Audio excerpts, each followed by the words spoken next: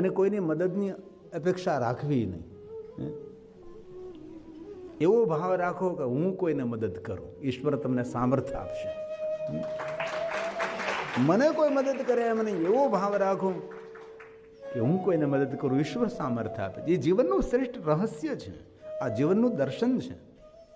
આપણી પાસે કાંઈ ન હતું ત્યારે આપણને કેટલા લોકોએ સાથ આપ્યો, એ આપણે યાદ નથી રાખવાનું. હવે આપણી પાસે સામર્થ્ય છે, આપણે કેટલા લોકોને સાથ આપી શકીએ છીએ,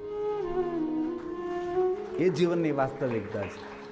આપણે હું યાદ રાખીએ કે આપણી પાસે કાંઈ નહોતું ત્યારે આપણને કોઈએ સાથ નહીં આપ્યો, એ યાદ નથી રાખવાનું. હવે ભગવાને સામર્થ્ય આપ્યું છે, આપણે કેટલા લોકોનો સાથ આપીએ છીએ, એમાં જીવનનું દર્શન છે.